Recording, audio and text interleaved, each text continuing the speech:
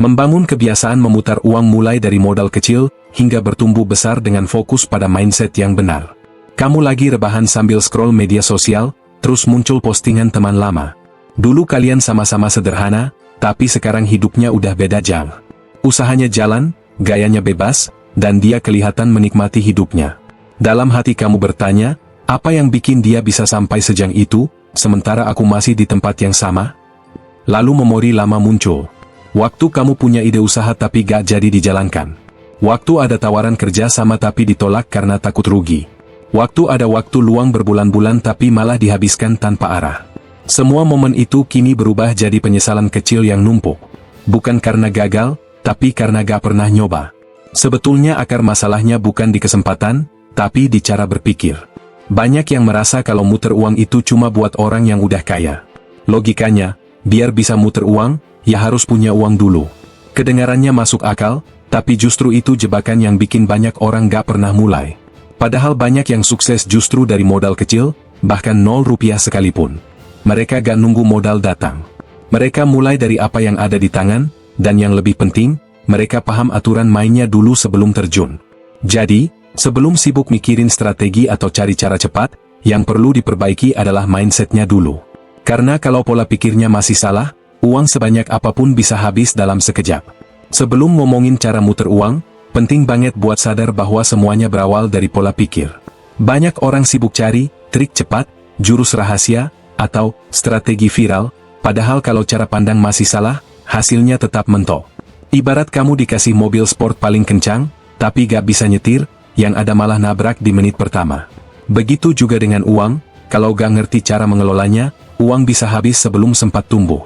Masalahnya, orang sering fokus ke berapa modal yang aku punya, padahal uang cuma satu bentuk modal, dan bukan yang paling penting. Misalnya ada 2 orang, sebut aja Andi dan Rian. Dua-duanya punya modal sama, 10 juta rupiah. Andi langsung pakai buat belanja barang sebanyak-banyaknya biar cepat dijual lagi. Rian beda. Dia pakai sebagian kecil untuk promosi online, bikin konten, dan ngajak teman kerja sama sistem bagi hasil. 3 bulan kemudian, modal Andi tetap segitu-segitu aja, tapi Rian sudah bisa muter lebih besar. Bedanya bukan di jumlah uang, tapi di cara berpikir. Modal itu gak melulu uang. Skill desain, kemampuan komunikasi, waktu luang, jaringan teman, bahkan informasi yang orang lain gak tahu, semua itu modal. Sayangnya banyak yang nganggep modal duit. Akhirnya nunggu kesempatan datang, padahal peluangnya udah ada di depan mata. Kalau kamu mau mulai muter uang, coba latihan dulu melihat apa yang sebenarnya sudah kamu punya. Kadang potensi terbesar justru tersembunyi di hal-hal yang kelihatannya sepele. Di dunia kerja dan bisnis, yang kalah bukan orang yang gak punya uang, tapi orang yang gak sadar kalau dirinya sudah punya modal berharga. Banyak yang gagal memutar uang bukan karena gak mampu, tapi karena mau langsung lompat ke level besar. Padahal, gak ada yang bisa langsung jago tanpa latihan. Sama kayak belajar berenang, kalau kamu belum bisa, nyebur ke laut malah tenggelam. Mesti mulai dari kolam dangkal dulu buat belajar napas dan keseimbangannya. Dalam hal keuangan, kolam dangkal, itu artinya arus kecil. Uang yang diputar jumlahnya kecil dulu, tapi jadi tempat latihan untuk mengenali pola, risiko, dan kecepatan. Misalnya, ada teman yang dulu cuma muter uang 200 ribu rupiah buat beli barang bekas, lalu dijual lagi di marketplace. Untungnya gak besar, kadang cuma puluhan ribu, kadang malah rugi.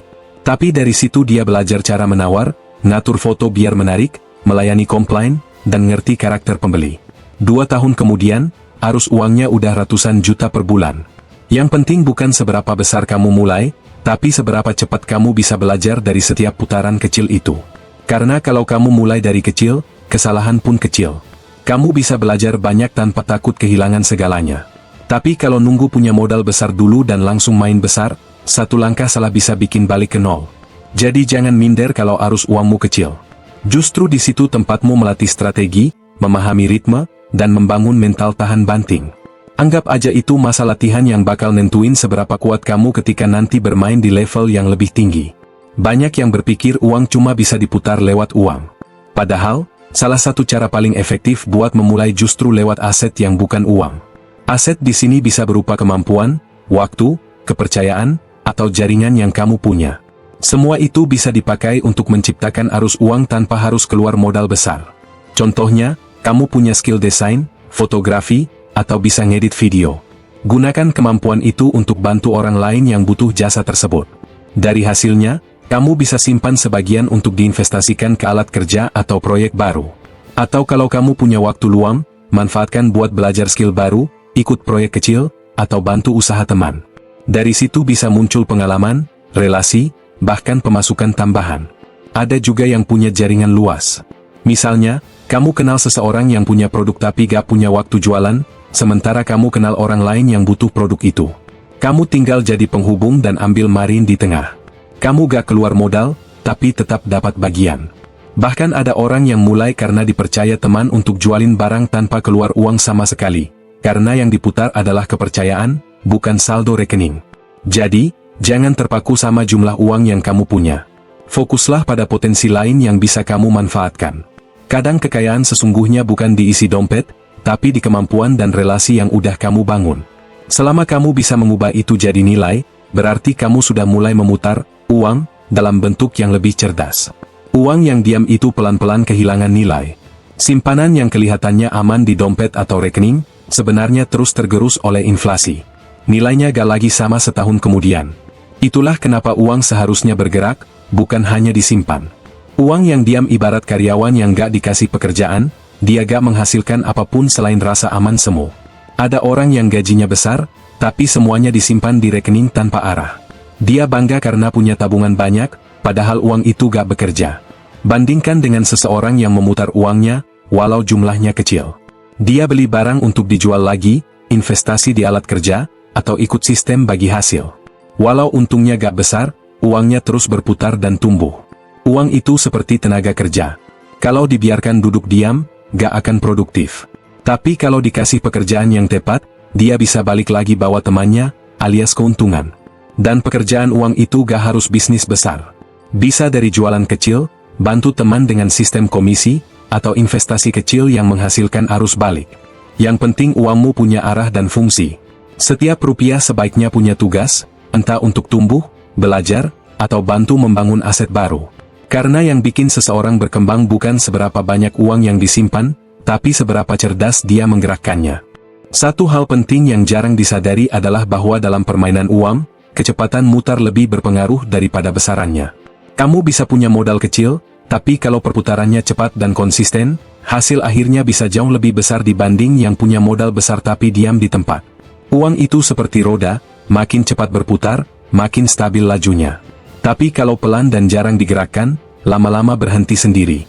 Misalnya, kamu punya 1 juta rupiah dan diputar sebulan sekali dengan untung 50.000. Dalam setahun cuma dapat 600.000. Tapi kalau kamu putar mingguan dengan untung 20.000, hasilnya bisa lebih dari 1 juta setahun. Bedanya cuma di kecepatan. Itulah kenapa pengusaha sukses selalu jaga arus kas tetap jalan. Mereka gak nunggu proyek besar cair baru gerak. Mereka punya ritme dan gak biarin uang menganggur.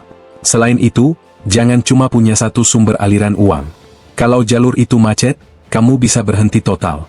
Coba bangun beberapa jalur kecil. Satu dari bisnis utama, satu dari jasa sampingan, satu lagi dari aset digital atau investasi mikro.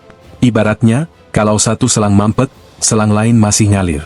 Dengan begitu, kamu tetap punya napas finansial meski satu aliran tersendat.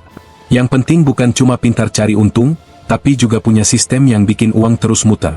Kalau kamu bisa jaga ritme, punya beberapa jalur pendapatan, dan gak berhenti di tengah jalan, lambat laun uang kecil pun bisa tumbuh besar. Karena kuncinya bukan di seberapa banyak kamu punya, tapi seberapa konsisten kamu bikin uang itu terus bekerja.